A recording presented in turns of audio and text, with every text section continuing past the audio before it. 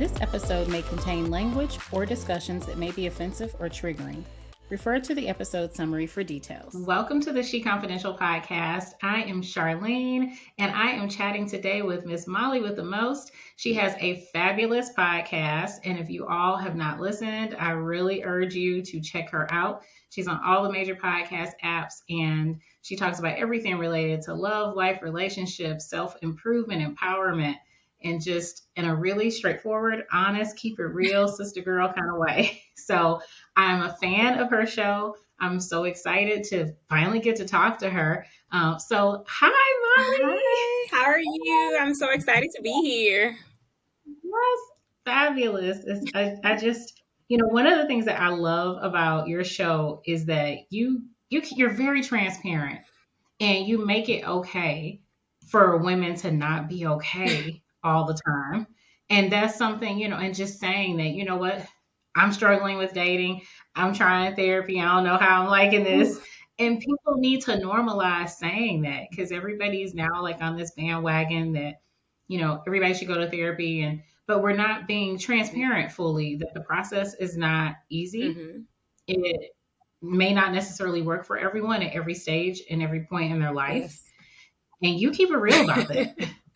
I definitely try to be as transparent as possible, especially just with, like you said, just everyday things with being a woman in this society. Like, especially being a Black woman in this society, you feel as though you have to be perfect at everything, or everything has to go perfectly. And I kind of felt that way as well. But then as you get older and you're trying new things and you're realizing, like, no, everything's not going to be perfect. You're going to hate things, you're going to love things, you're kind of going to be in between with certain things. So yeah, I definitely try to share as much of my life as possible with people, because I know that somebody out there is going to relate. If not at that current moment, probably later down the line, or probably previously, have related to some of the things that I've talked about.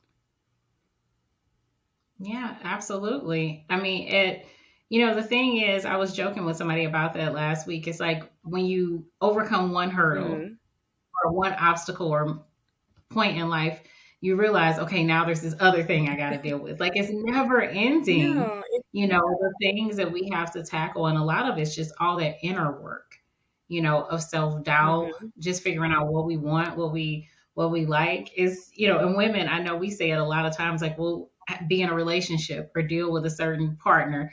And it's like, oh, later when it's over, you're like, I don't know what was wrong with him. Like, you get out like really? goggles, and then you realize, like, I lost myself in that relationship or with that partner, and now you're rebuilding after the breakup or after the going your separate ways. It's like, who was I? And how did I get there? Yeah, How did I get there? It's never ending. Or, when you become a mom, I hear a lot of moms say that once you become a mom, it's so easy to lose yourself because that's your new identity. Or you get this new job. A lot of people lose their identity in their job. It's like you're being pulled in so many different directions, and at the end of the day, or you taking care of yourself, or you taking care of your mental, because you go to work, you're being a mom, you're trying to be a girlfriend or a wife, and you might have other activities that you're involved in, but are you taking care of your mental at the end of the day? And I think that's kind of what I like to talk about, or just I like to talk about my mess ups. My mind is all over the place. I'm an overthinker, and I mess up a lot, and I learn from those mess ups, from those mistakes.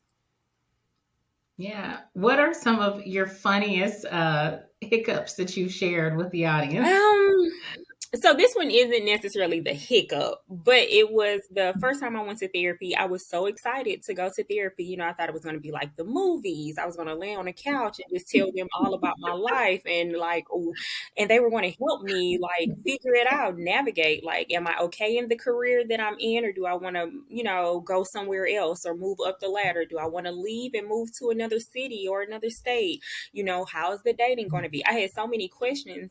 I went to therapy and I walked out of there and I said, I hate it. I'm never going back. It was just nothing like TV. And I was like, why didn't anybody tell me this?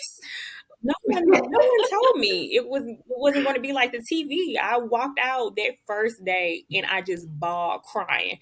I was so exhausted Oh, mentally. I hated it. I felt like my therapist, she wasn't understanding me and I wasn't understanding her. But I'm 7 months out now, so it's like it's gotten a mhm, lot better, and I realize now what that first session was about, and it's basically to get mhm, me to where I am now. But it was nothing mhm, like what I thought it would be. And sharing that with the audience, so many mhm, people like wrote me on like Twitter or Instagram, just basically like mhm. stick with it, give it like 3 weeks or at least three Yeah. sessions to see how you like Mhm. it. And I was just like, okay, I hear y'all, whatever. But I did it and I stuck with it and I do like her now.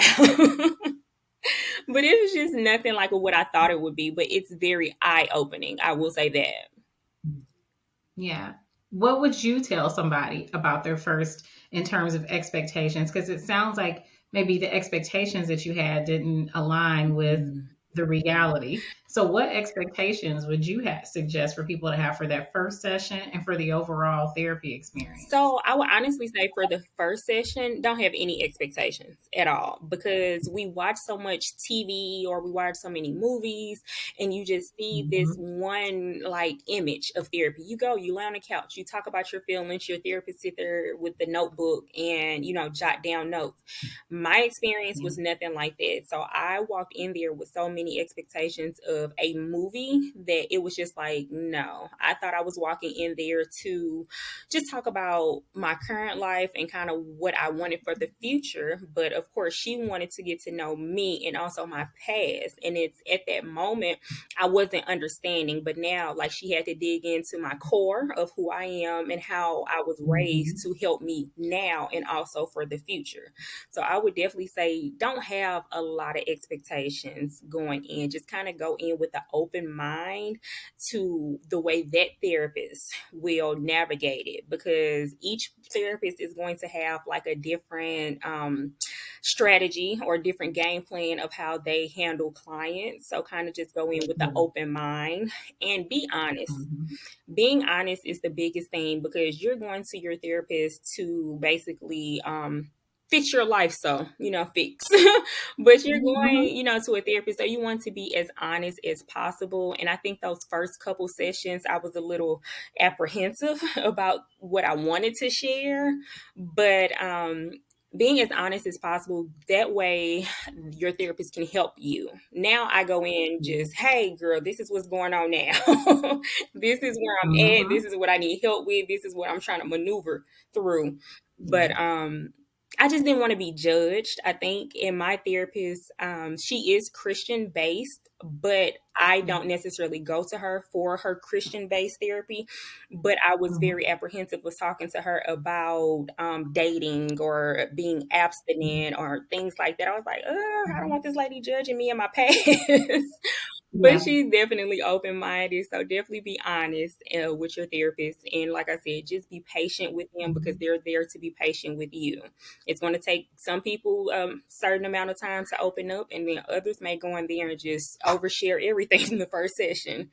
So just be open and ready to get the help and get the healing that you need. Yeah.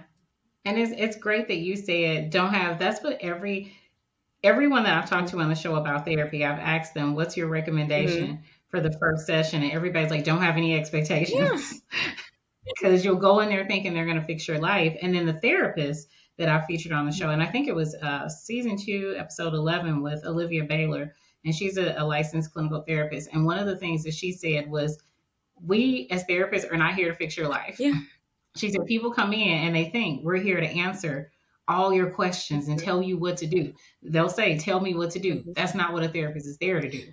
We are there to help you discover what's best for you to Mhm. do.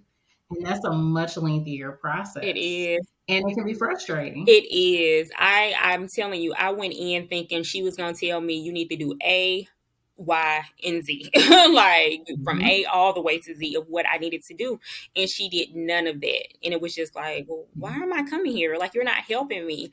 But over time, it was just Mhm. like it all started to like fit together like a puzzle, and I'm understanding what she was doing in the beginning and how it's being reflected now 7 months out. So I'm grateful that I stuck in there. And for all my listeners, like, I'm thankful for them for telling me, like, just stick it out. It's going to be hard. It's going to be trying, but sticking it out, I'm very grateful for her. It has helped me balance myself, like my thoughts, because like I said, I'm an overthinker. Any situation, I am indecisive. So she's helped me with a lot of different techniques. She gives me homework. She literally prints out like lesson plans and like meditation strategies and things like that. So I'm very appreciative for that. Mm-hmm. And I saw different people, but I really like your audience is amazing because you will post something and it's like, I love that you've built this community, of support because I saw them encouraging you and saying, stick with it and all that. And it's just because you were real about it. And that was good because that really kind of helped other people who were probably following your journey. And they saw, like, oh, okay. Well, she said she ain't like it. Okay, okay. But then they got to see other people saying, okay, this is the reality of what therapy is. What you experienced was normal, but hang in there. And so you showing this in real time and keeping it real about it has helped somebody else have a less disappointing first experience when they go in. And my audience, like my listeners, they help me because in all honesty, I truly wanted to quit that first time. I did want to find someone else. I did know I wanted to continue therapy, but I wanted to find someone else. But they told me give her 3 sessions, and then it was just like a click. That third session, she clicked with me. I clicked with her, and then I was like, I'm gonna, try this out a little bit longer. And she works, and she does. She's very patient with me. She asks me a lot of questions that I need to be asked. They help me with my self-reflection. So I'm grateful for my listeners, like who chimed in, who basically was like, no, like I go to therapy, you're going to hate it, but then you're going to love it. So I'm appreciative. And even if I did help someone else with their therapy journey or even starting that process, I'm grateful for that because they listen to me and that lets me know that my life isn't just all mistakes. So they're letting me know like, hey, you're helping me along your journey. Yeah, and they're lessons. I tell people it's like I don't make mistakes. It's just I'm learning. Okay. Things don't go as planned a lot of times. There are disappointments, there are hiccups. But it's only a mistake if I don't learn from it. And as you share with us, like you are very reflective. And so you're learning. So I don't think you make mistakes either. Yeah, I have to start looking at it that way then. They're not mistakes, they're all just lessons being learned. Yeah. This is life be life. Yes. And we're just every day we're just figuring it out because just when you think you got something down, it switches up on you. Like even that magic rule of 3, when you said everybody told you go for 3 sessions, I thought about somebody had said to me a long time ago, when you're dating somebody new, give them 3 dates before you eliminate. Because pre-COVID, I've gone on a good amount of first dates, and I'm not a person who'll do a lot of second, third dates. If it doesn't click for me with the first date, because see, I talk to a person on the phone a lot before I go on a date with them. So if when we're in person it doesn't connect, I'm like, yeah, I'm kind of good on that. And so I didn't have the 3 date rule thing. 3 this sounds like a lot. I'm kind of with you though, but 3 dates. I know you don't know someone like initially off the first date, but you kind of can feel some type of maybe chemistry, or maybe that person just doesn't sit well with you. And going out for 2 additional dates, I might be like, Yeah, especially time and energy, especially if you're talking to them. Although, and I don't know if you've covered this on your show, but I don't know if the way people date now has really changed. Because years ago, you used to talk a few times at least before you went out. And now people, they meet, especially if they're meeting on like an app or something like that. It's like they go out the next day. Yeah. So I've been in like both situations. I've been on Hinge and then also Facebook dating. So I've met guys. Really? So Yeah. tell me about that. So Facebook, every time I go on Mm-hmm. there, Facebook is like, we're here, Facebook dating. So like I've done Match and Okay. eHarmony, but I've never done like Tinder or the other ones. And I didn't even know Facebook had one until I was on the app. And now every time I'm on there, they're telling me that they have Facebook dating. But I also see a lot of people that I know and would not want to deal with that pop up in there. Okay. So I don't think I'm dealing So with I'm the just going to give Facebook you a dating. little background on it. So with the Facebook dating, it's basically still in the app. You just kind of go off to one of those tabs, create your profile. Mhm. They pull pictures from your page, or you can upload your own pictures, do a bio, all of Mhm. that you would do on any dating site. So they don't link you with anyone that's on your friends list. They will, yeah, Oh, so it's nobody okay. you would know. Like the people Mhm. that's on your friends list wouldn't even know you're on Facebook dating at all. But they do link Mm. you with people based on your profile. Like you all might be Christian or went to the same school or live in the same area, things like that. Now Mhm. they do have it to where um they'll show you people who you might have in common with other people, so you might match with a Yeah. guy and they'll say like you have 5 mutual friends, something like that. Mhm. But it's usually just kind of based on like your surroundings, because you could do like your radius for your Mhm. location, and you can set your age preference, your race preference, things like that. Oh, like Match. Yeah. So but Okay. the the stable of men of them. But no, so Because it's free, right? it It's is free, free. so therefore you Mhm. can get, the nicest, sweetest guy to like a guy that you would never even look twice at. So people can match with you, and then also they do it to where, of course, you can go through your list and match with people, and then once you all match, you can just create, your like direct message and start up a conversation. So I've had some luck on there than others. I'm just like, why would I even? Because it's everybody on there. So it's not Yeah. bad, but going back to what you were saying, I have noticed that a lot of guys don't necessarily want to talk on the phone. They do instantly want to like, hey, you want to hang out or you want to go somewhere? It's like, but you might be a killer. Like, let me get to know you first. Right. Or maybe you've like never read a book. Exactly. Like, I mean, I just like certain things are kind of important to me. And I think that you can discern a lot through conversation because when you, I mean, let's be real, we are grown people. Hmm. But when you get with folks, especially if you're at somebody's house, which I don't advocate, I do Yeah. not think that people should be meeting at anybody's house for a first date or second date or third date Yeah. for safety reasons. Hmm.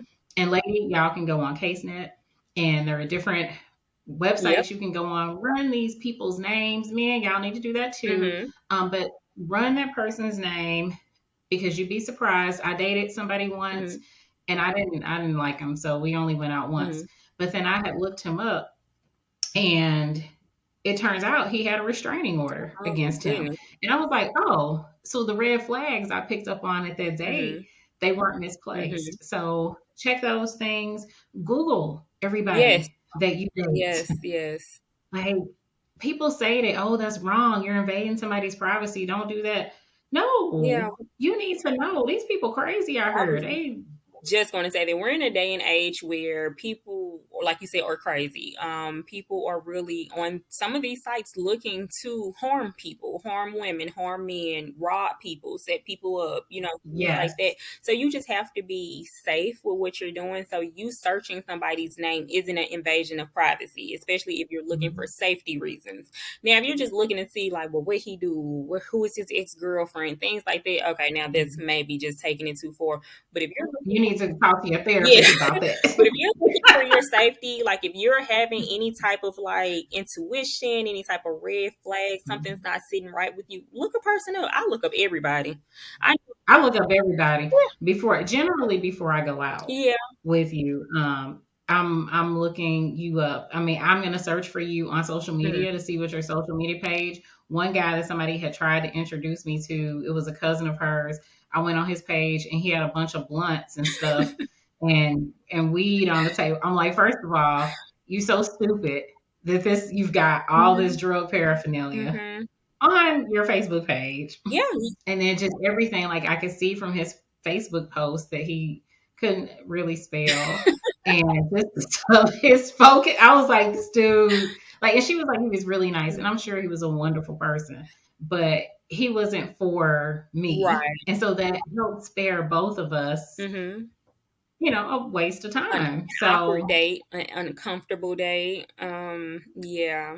But you'll be surprised, honestly, on the dating sites, especially the ones that are free. So Hinge is a free one. Of course, Facebook dating is a free one. You'll be surprised how many people don't think about the pictures or the images of themselves that they're putting out there. So I've seen blunts, I've seen guns, I've seen people putting videos of them doing donuts, hanging out the side of a car. So it's just like, this is the image you're wanting to give to someone who's initially thinking about dating you. It was just like, okay. but that's, I guess, who they're looking for. So that's I mean, I haven't seen that on eHarmony Mm-hmm. or Match, and it's been years since I've done those, Mm-hmm. but I didn't see that. And even the quality on eHarmony has changed and Really? everything somewhat. Yeah, because back when I first did online dating, nobody admitted they did it. Okay. This was back in 2004, Okay. and it wasn't socially acceptable. Like Mm-hmm. people felt like online dating was like for the losers. Yeah. But for me, I've always thought it was a very efficient way Mm-hmm. to meet people who had similar interests. And then especially like if it was a paid site. And like eHarmony's not cheap. I think that's one of the more expensive ones compared to Match. Okay. Because Match is less expensive than eHarmony. But I think when you have people who are really spending money on a dating site, they're actually looking for what they say they're looking for. Mm-hmm. So most people on eHarmony back then really were looking for marriage. Okay. And that was where I kind of went wrong when I first was on there because I thought I was looking for that. And then I met these men who were like, yeah, I'm trying to get married in the next year. What kind of wife do you envision being? And at that time, in 2004, I was 24. I was like, we just started dating and he's asking me what type of wife I envision. What do I want my husband to be? I don't know. I'm just trying to see if we would have fun. Right. And so I wasn't mentally like I wasn't there. Mm-hmm. And so that's what made me incompatible with my matches. But I think that now that is more socially acceptable, a lot of people have also figured out this may be an easy way, to prey on some women as well. Yeah. And maybe and men too. So I think that people have to just be really mindful. Like people get catfished Yeah. all the time being on some of these sites because you don't know that who you're talking to is who you're actually talking to. So I haven't been catfished, but I have been hatfished. Have you heard of this? It's What is that? hat fished, where a guy, What's that? yeah, so hats. So he wears a hat and he looks so much younger, but without the hat, it's like he has a receding hairline. He looks 20 years older. And it was just like, I compared the pictures that, like, from his profile with the hat. And then, we were texting, having a conversation. He sent me another picture. I'm like, this looks like the dad and the son. This, Were they old? Like maybe they were old pictures in that, like when no. he was young. Did he show You you know the what? younger The version? crazy thing is he was only 32. Well, he just turned 32, let me say that. But the picture, he looks so much older. But no, it's just he looks completely different with a hat on. Just completely Oh, different. So my friend was the one who told me that term that look all the young kids are using. But yes, hat fished, where a guy wears a hat and he just looks either completely different or he has like a receding hairline or something like that that he's trying to hide. But no. wow. I guess, well, that seems kind of probably equivalent to like women, like everybody's doing a full Yeah. face and everything. And so that's probably kind of equivalent to Hmm. that because one of my guy friends, oh my gosh, I'm not giving any identifying information, so nobody will know who I'm talking about. But he told me he went out once and he met this woman, like they were at a club, they got drunk, ended up going back to her house that night, which again, I do not recommend people doing. And so he went back to her place. They end up having sex. And he said, but even before they had sex, so he said, like at the club and stuff, and granted, they both were super tipsy. Hmm. So he said at the club, he was like, she had this hourglass shape, face all made up, beautiful, like wavy hair. And these light gray Mm-hmm. eyes. He was like, she's just so beautiful. So they get to her place, about to hook up, and so he's trying to take her dress off. And he gets the dress, he can't slide it down because he's like, it's just like stuck. And she's like, oh, I got to get my Spanx off. So he gets the first they, she's like, help me pull. So they get the dress off. And then he said she's got this like full body thing on. And he was like, okay, I know women wear the shapewear stuff. So he's like, okay, I'll help you pull, because he said it seemed like stuck to her body, because she had been sweating because they had been dancing and stuff. Mm-hmm. So it was kind of stuck. So he's trying to help her pull this thing off. And he said, we both were like working up a sweat, pulling this Oh off. my Like I'm pulling one way, she pulling another way. He said, Charlene, we get that off. And then she's got on some more shit. He's like, she's got on the shorts. And then he said something around her waist too. And so he's like, damn, like, could you breathe? Why did So he you go said to that the she pulls the bathroom other and two layers off. It's like these rolls of fat just like explode. yeah, why didn't And you now go to it's the taking these bathroom? other things off. And he's like, it took us about 20 minutes to get all this stuff off, like for real. And he said he wouldn't have been bothered by her Mm-hmm. body had he known what she looked like before, like for real, for real. Mm-hmm. But he was kind of like, man, she looks like she doesn't have hourglass shape anymore. Mm-hmm. Like everything is completely different now that she took off these three layers Mm-hmm. of Spanx. And that wasn't the end of it. Cause he's like, I could have just dealt with it. Cause he said, I thought she was a beautiful woman. But then they're intimate and everything, and her wig came off, her lashes weren't hers, and then as the makeup is rubbing off, he's like, her face looks totally different. And then she had got up because she said she couldn't sleep in her contacts. He's like, nothing is real on this female. He said by the end of the night, she was like a whole new woman. Yeah. And he said, Charlene, y'all got to stop doing that to us, because he's like, I'm not trying to be superficial, but I was attracted to how she presented Mm-hmm. herself. And then later it turns out that was something completely different. And so I guess that's the women's version of hatfishing. Probably so. I hear that a lot with men, but before I get started, I'm just thinking in my head listening to this story, like, why didn't she go to the bathroom and kind of take all this off herself? Because I don't want to be Well, he said she embarrassed. needed help. How did she? She said she needed help. How did she even get it on? Well, well, for one thing, I'm guessing because he said that she was sweaty, so it was Okay. like really stuck to her. Okay. He was like, it's like this, the sweat was like glue. When he was, girl, he was telling me a story, I was dying. Gotcha. 'Cause I He's just think like, it's I would like have the been. sweat was like glue. I would have been embarrassed, but I do embarrass easily, so I think I just would have been like, "Oh Well, my, they were both tipsy, so she oh probably, yeah, you just don't." and that probably didn't help. If she wasn't tipsy, because she probably wears this on the regular. Like Mm-hmm. I'm not a Spanx person, Mm-hmm. because I don't like to be Confined. restrained. Like I don't even really like wearing winter coats. Mm-hmm. Like I'll wear a sweatshirt or something like that. I'll if I can, but I don't like being restrained with all that stuff. Gotcha. I've worn Spanx one time. I went to the shower or not the shower, I went to the bathroom during the wedding reception and I took it off because it was so uncomfortable. Mm-hmm. Like I felt like I couldn't drink a lot of water or Mm-hmm. anything because my stomach was going to explode. Yeah. And I was like, you know what? I'm just going to have to like work and do what I need to do so that I'm comfortable wearing clothes without having to do all this other stuff. And I don't knock people who want to wear the Spanx. I'm just saying it's very For you. uncomfortable for me, Yeah, especially in the I summertime. totally Oh, understand. geez. I wear them. I like for it to suck me on up, so I Mhm. like them, but they are a lot of work, so I can understand that. But as far as like the makeup, because I do hear a lot of guys kind of say that like we cake on so much makeup and the Yeah. wigs, the lashes, the things like that, and it can be equivalent to like a guy doing a hat fish, or even like they kind of know their angles with taking photos for their height, things like that. Like I think everybody is trying to sell their best selves on their profile, so they're trying to find partners, potential significant others, things like that. So it's like I truly understand it. I had a young lady on one of my dating episodes, and she just basically gave advice for, what she thinks, because she was like a master at these dating apps.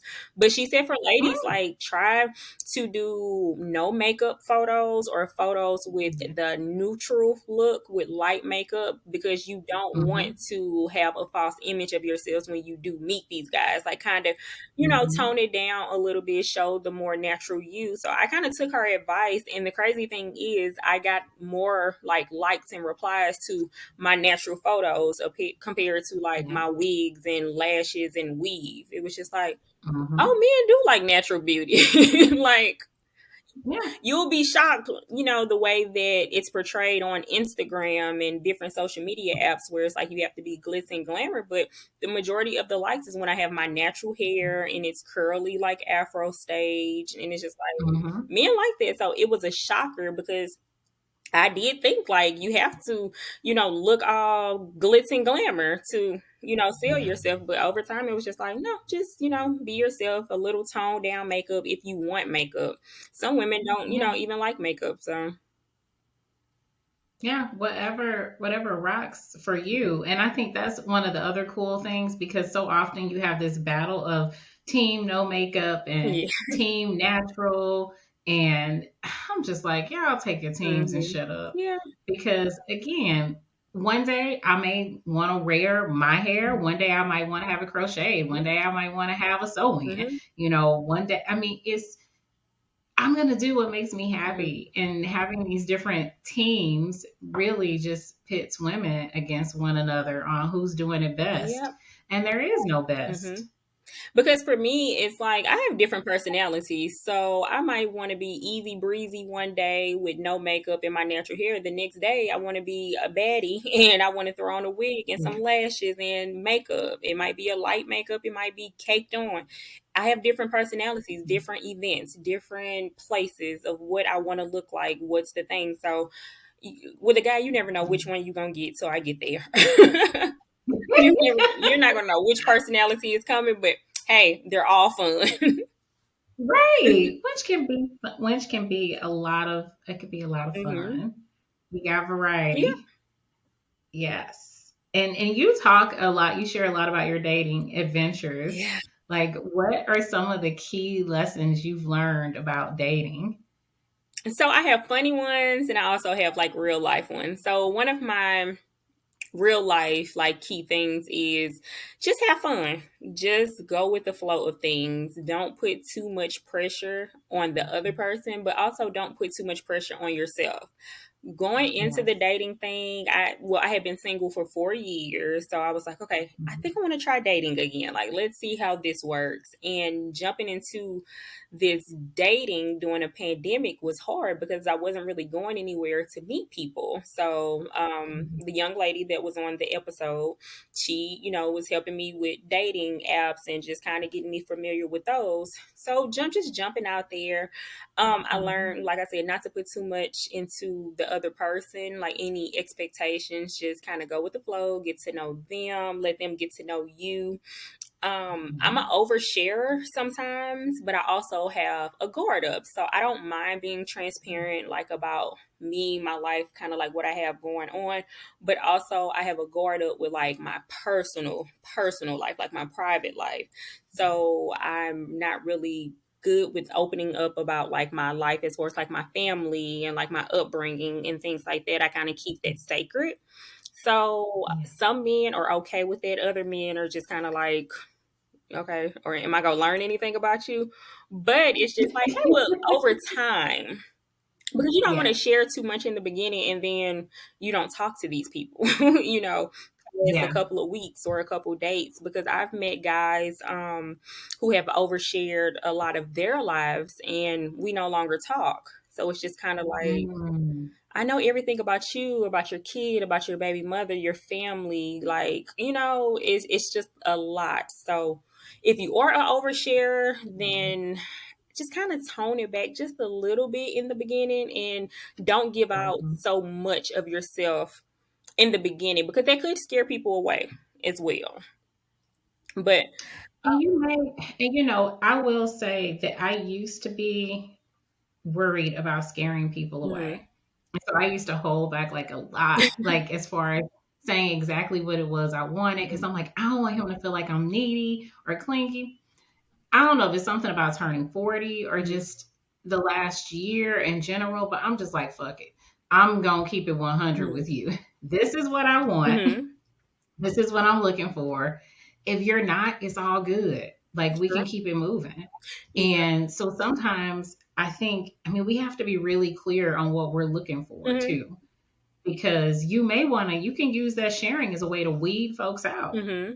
Like if you've got a particular trigger or trauma or something, some things you might want to share versus putting more stress. Like I think a good rule of thumb when it comes to sharing is as long as you're comfortable with it Mm-hmm. and you feel like it can't be used against you, Yeah. then that is something that you are okay Mm-hmm. with sharing. And a lot of times we don't tell people things, and that could be a bad thing, a setup for them. Because a concrete example is something that women often do. Will be cool with friends with benefits, and right now it's like cuffing season. Mm-hmm. Like we're recording this in was it end of October, Mm-hmm. and so this is like the start of cuffing season.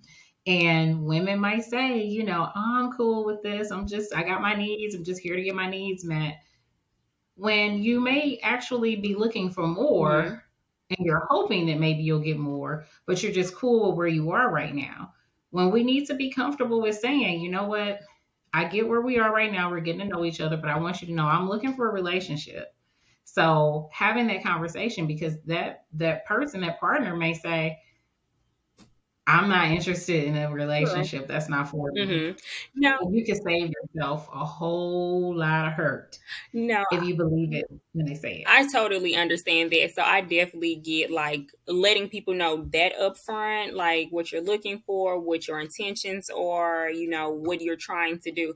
I think when I say oversharing, I'll give an example. I met a guy on Hinge. We started connecting, just talking, on the phone, getting to know one another. By the end of week one, I knew about his baby mother, the custody battle that they were going through, about how he was adopted at the age of 7, his birth mother, like their personal business. It was just so much at once. I was just like, okay, you kind of like sprung all of this on at once, and it wasn't a gradual thing over time of getting to know him. I just knew his whole life story, and it was a good life story. It was very entertaining, but it was just kind of one of those things like that's a lot to tell someone you're just going to meet. And I probably talked to him for maybe like a month and a half, and we don't talk Mm-hmm. anymore. But it's like I know all of your personal details about your life, about your family, about your biological mom, your birth mom. So I just felt like he overshared too much too soon. So that I think that's what I mean, like just telling all your personal Okay. business. But definitely, I definitely have learned to set those boundaries in the beginning with Mhm. people, and then also letting them know what I'm looking for. I am potentially Mhm. looking to date to get into a relationship. I don't want to jump into a relationship because I've met Right. guys that are ready to just like, hey, let's be in a relationship. Like I want to gradually get to know you, date, build a Mhm. friendship to see if we can be in a relationship. Mhm. So yeah, I definitely say make that clear to people, because if you don't make that clear of what you're looking for, people will kind of ride the wave and just keep going with They sure whatever will. you're allowing. So set your boundaries with anyone, but that's with any situation, anyone, but definitely set your boundaries for dating. Exactly. Yeah, exactly. And the tough thing that I've had to understand with dating and just relationships in general, my comfort is not necessarily going to match the next person's. True. So I'm with you. All that stuff that guy told you, you wouldn't have got all that out of me and, that quickly. Yeah. But some people are comfortable and they're going to share like that. And I'm like, okay, because I'm that person. I'm gonna try to, I want you to open up Hmm. because this is giving me a glimpse into this is what I would be kind of dealing with, because what I'm listening for is how does this person deal with disappointment? What are their close relationships with people like? Hmm. If they got drama with everybody that's close to It's them, them. that might be a red flag. If you got True. ongoing drama Hmm. with the mother of your children, Hmm. that might be something I want to run away from. So I'm like, tell me everything, baby. Tell me, I'm listening. I think Because I'm so against it is because I've met so many dudes who pour into me, and it's just like I don't want to feel your You feel is it draining for yes, it's you? like that impact Okay. feeling. It feels like now I'm in the mix, in the middle of everything, and now I feel like how they're feeling about the situation. And then I typically am the person that people go to talk to because everybody tells me Mm-hmm. I'm such a great listener and I just have this calmness Mm-hmm. about myself and I don't judge people or whatever. So I think a lot of men, when they meet me, they kind of, get that feeling Yeah. as well. And they just overshare. And it's like, I don't want to be a therapist. And you know what? And that's fair. That's absolutely. So now we're getting to the crux of your discomfort of that. Yeah. Is because your feel is draining. Mm-hmm. And I've been in a relationship where I felt like that. Mm-hmm. And nobody wants to be in a relationship where they feel like you're dumping Yeah. on me And like all the time. I have to be your significant other and your therapist, and that's not a good thing. And They can't coexist. a lot of people, and I'll say specifically women that I know, think that that's okay to be their significant other, their man's, or whomever's therapist, and that's not what you're supposed to do in a relationship. You're supposed to be an open ear for them to Yeah, share things. But if they're going through some things, they need a real therapist because they that's do. going to take a toll on you and your relationship. And your friends and family are not your therapist because even if they are therapists, because for one thing, you're not their client. Mm-hmm. But your friends and family can't be your therapist because that's a completely different level of training and insight and expertise. And you don't want them to start seeing you that way. Mm-hmm. Once somebody starts viewing you as like through a client lens, that is very different from my significant other Mm-hmm. lens. And you don't want them to shift over to see you as a client. Mm-hmm. But we also have to, because I'm an empath as well. Mm-hmm. And what I've learned, I've had to do a lot of boundary work in therapy. That's the majority of the things that we've had to really work on with me Okay. is establishing those boundaries and me being comfortable with saying to people, you know what, I don't want to hear about all Mm-hmm. that. Like I've just flat out had to say it to some people. Like every time we talk, you get upset about this. And I've given you my insights and suggestions. And I also always suggest therapy or coaching, depending on what it is. If they're complaining about their job, I'm like, maybe you should go see a career coach, Mm-hmm. or maybe you should go do. I've given you my suggestions. It's one thing for you to tell me, okay, I had a bad day. But when you're launching into these tirades constantly, now you're interfering with my energy and my spirit. And so I need to protect myself and say, this is my boundary. Like if we this what we got to do every time we together, then I may not be the person for you because this is taking the toll on me. And so that's something I had to learn how to do because people they can sense empaths and they're attracted to people like that. And we have to protect ourselves and train people on how to handle us True.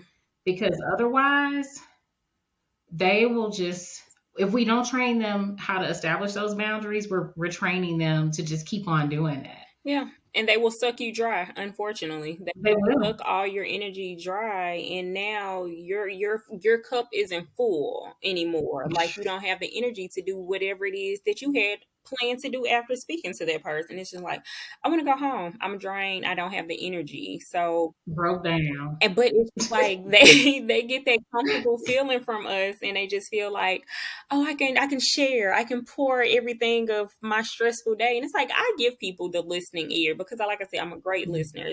I'm fine with that, but Mhm. I give people the advice that I think they should hear, and then I also give them the advice that I would do. Now, those are two different things. Mhm. Like, I Yeah. wouldn't follow my own advice sometimes because I know I'm a hard head person.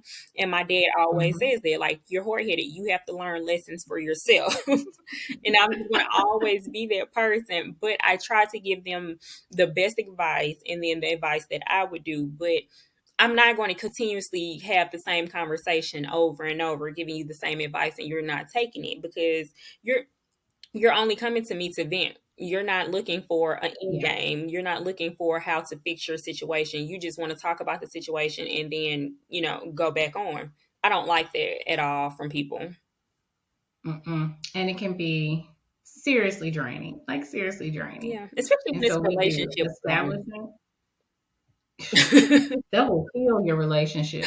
Yes, when it's So it's relationship, like, y'all can learn from us. Learn from me and Molly. We're telling you, don't do it. Establish those boundaries so establishing. people don't do that. Yeah, because it's just one of those things where in relationships, in friendships or family, like whatever type of relationship, you have to set boundaries of what you're willing to tolerate as far as people coming to you with questions, advice, situations, things like that. You have to set boundaries. And that's something I've been learning with, like, in probably the last year or two, just learning like, hey, I don't want to hear that, or, like, but Mhm. also saying it in a way that it's not offensive or it's not rude to the person.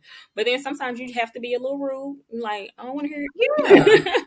I don't want to. I mean, we as women, we're conditioned to be uncomfortable and suffer because we don't want to upset other people. Mm-hmm. But when you disturbing my peace, I'm gonna reclaim my peace by any means necessary. And especially if I've told you this once True. already. So because now you're aware and now you're choosing to disregard what I've previously requested. So if it hurts your feelings, it hurts your feelings. Because the other thing is the importance of building a village. Like you need more than just me Mm-hmm. as your partner or that one person. You need a few people that you can vent to alternate. Like vent to me on Tuesdays and Thursdays. Get somebody else for Monday and Wednesdays. And get you a coach and a therapist in Yes, addition to that. that's the It number takes a one. village. Yeah, that's the number one. Get you a coach, a therapist, somebody who's getting paid to listen. And has the expertise that to actually help you. hmm who have the skills and the Yeah. means and everything to actually guide you. But a lot of people don't want to be told, what to do. They just want to get it off their chest and then go back Mhm. doing whatever it is. Yeah, you ain't gonna give me no headache because you just want to complain. I mean, and you just hit the nail on the head. They don't want to invest in it a lot of times hmm because they aren't really ready to do the work. hmm Because it hit different when you're paying for it. Oh yeah. When you're investing in it, then you actually listen to what that person suggests. But as long as you can come to me and get insights from me, and you can just say, "Oh, okay, whatever, I ain't gonna listen to her." Yeah.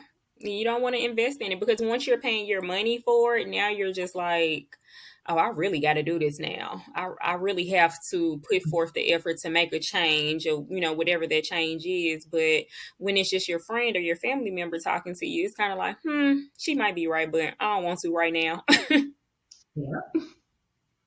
Until the next hmm time. It's sad, but it's when true. And I've been, that same way. I'll hear my friend's advice, but in the back of my mind, I already know what I'm going to do. So it's just kind of like, thanks for sharing. Most of us Mhm. do. I mean, it's human nature, which is, I mean, that's one of the fabulous things about your show. Like you are authentic about like it gets messy. It Mhm. gets messy sometimes, Yeah. and there's no such thing as perfection, and there's no reason to be striving for perfection because we human over Yeah. here. And it's something I had to learn. Like, even when I turned 30, the world, society makes you feel like you have to be married with a kid, with a great job, the Yeah. house, picket fence, and a dog type of thing. And when 30 came, it was just like, I have none of this. Like, where's my life? Hmm. So it's my podcast is just honestly what I've been dealing with over the last 2 years and just talking about life. And like I always say, each episode, I'm going to continue to make, and I'm not going to say mistakes anymore, but I'm going to continue to go the wrong path sometimes. And I know that it's the wrong path. But again, like I said, my dad said, I have to learn lessons myself, like the hard way. Yeah. You're Yeah. living and growing. So that means sometimes you might take a path that hmm may not work out for you. Yep. It doesn't even necessarily mean that it's the wrong path hmm because you gain something Some from every knowledge experience. from it. And then I get, Because, I mean, even with what you share with your audience, hmm maybe you go through some things because God wants you to have a testimony to true, share with everybody else. true. That will inform some other decision that you'll make down the hmm line. A lot of it is just all in how we reflect on it and frame it True. because you can flip any Oh experience yeah. into a positive. Oh yeah. Even, I mean, tragedies, you can find some sort of way because it's in our response, how we respond to It's things. true. One thing about me is I'm very optimistic, so I'm going to find like the brighter side, the most positive thing Hmm. out of any situation. And most of the time, once I make the wrong decision or the bad decision, I know it's the wrong decision. I just want to Yeah. see, well, let me try it out and see it might Yep. work. And there's like, it's It'll always look just interesting. me and my personality, but I don't mind sharing that with the listeners to let them know, like, hey, we know right from wrong. We have that devil angel sitting on our shoulders, but it's like sometimes we're more tempted to listen to the little bad side to go and see, Mhm. what the outcome is. But that's okay. That is okay to do. Like, it's as simple as that. You're going to make mistakes. And sorry to keep saying mistakes, Yes. but you have to learn the lesson from it.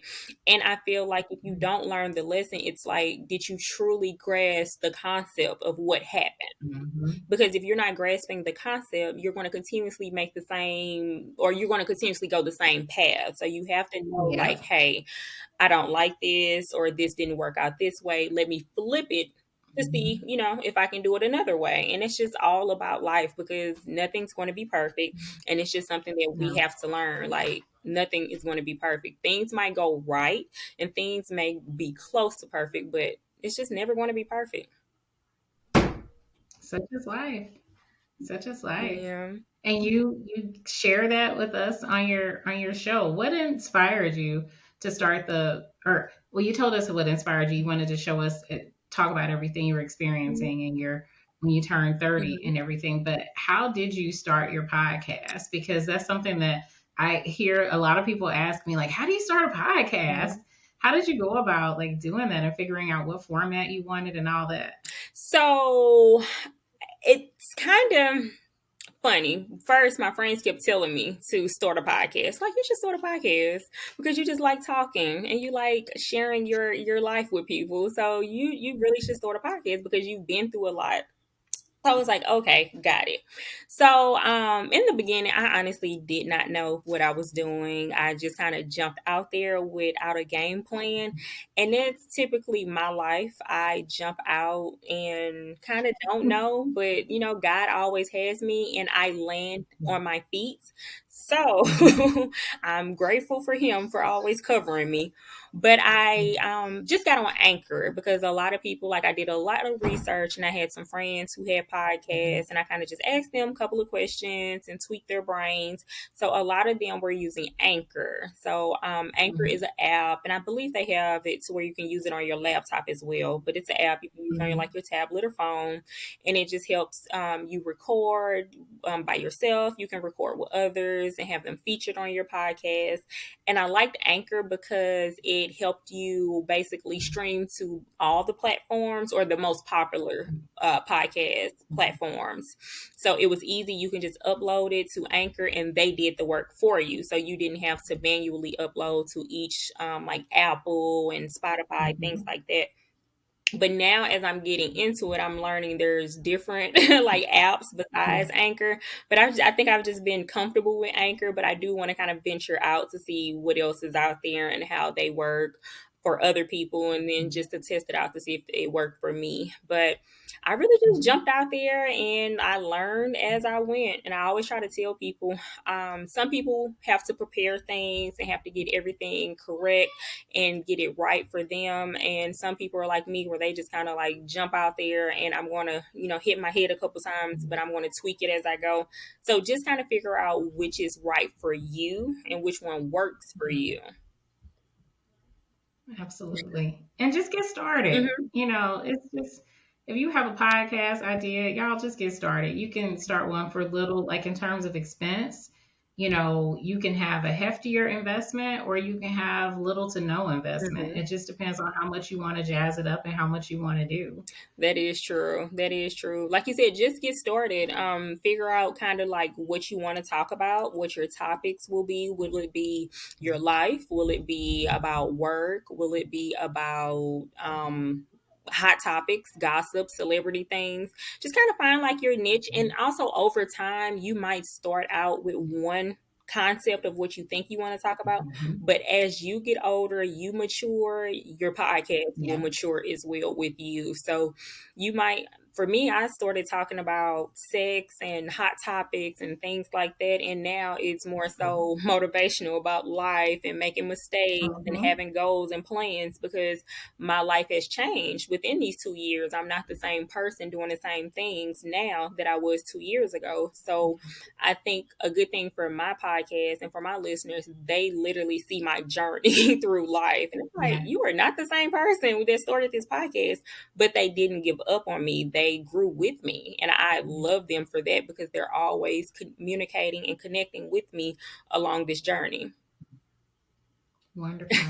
Thank you. I'm so glad that you were brave and just jumped out there, because we get the benefit of sharing your adventures and your lessons. So thank you. Thank you for having me. I'm so appreciative. And I want to say congratulations on your, what was it, the Voyage STL article? Voyage LA. Oh, yes, Voyage LA. Yeah. Sorry. Congratulations. That was amazing. Thank you. You're so sweet. And it's so funny. Our mutual person that we have in common, they actually sent it to my mom, and my mom sent it to me. She's you have to check her out. So awesome. And I was thinking, like, I'm going to be on her podcast, but thanks. Yes. Yeah, I was really excited because she had told me about your podcast when I was thinking of doing a podcast, and I started listening then. And I was like, oh my gosh, I'm gonna have to meet her, like talk to her one day. So I was really excited when you said yes. So I'm always excited to talk and share. I love it. It's so much fun. So thank you for having me, and congratulations. And congratulations to this new season that you're starting. I know it's going to be wonderful. Thank you so much. I appreciate that.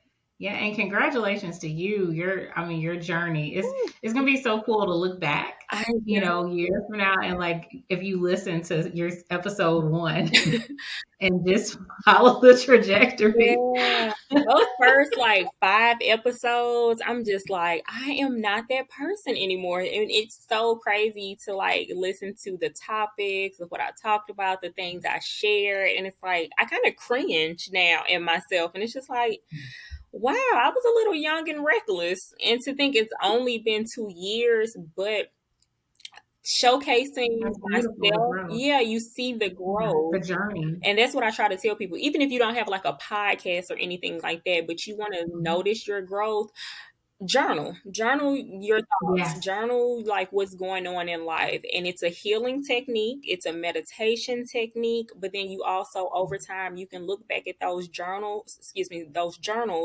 and see the growth you've made, the maturity that you've gained, because sometimes we don't see it within ourselves, but other people do from the outside. So sometimes you do have to see it for yourself, and you can just go back and think I am not this person anymore.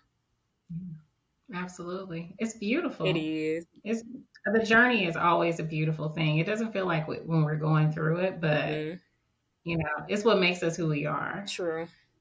That is true.